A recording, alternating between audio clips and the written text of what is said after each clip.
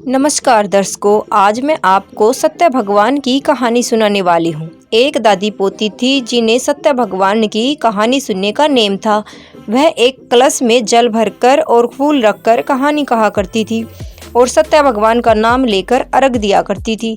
एक दिन पोती ससुराल जाने लगी तो दादी ने उसे सिर्फ एक लोटा पानी का देकर विदा कर दिया और कुछ भी नहीं दिया।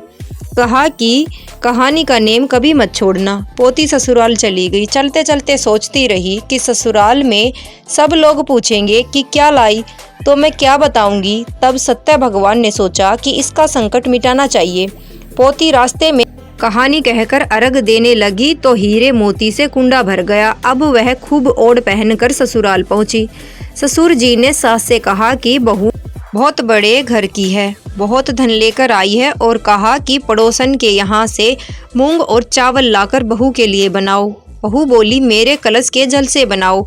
कलश के जल से चावल बनाए तो टोप भर गया, तरह तरह की मिठाइयाँ हो गई। सास ने कहा कि बहू खाना खा लो। तब बहू बोली ससुर जी ने नहीं खाया, आपने नहीं खाया, इन्होंने नहीं खाया, मेरा कहानी का भी नेम है। फिर बहू ने कहानी कही, सबने कहानी सुनी। उनके घर में धन का कुंडा भर गया।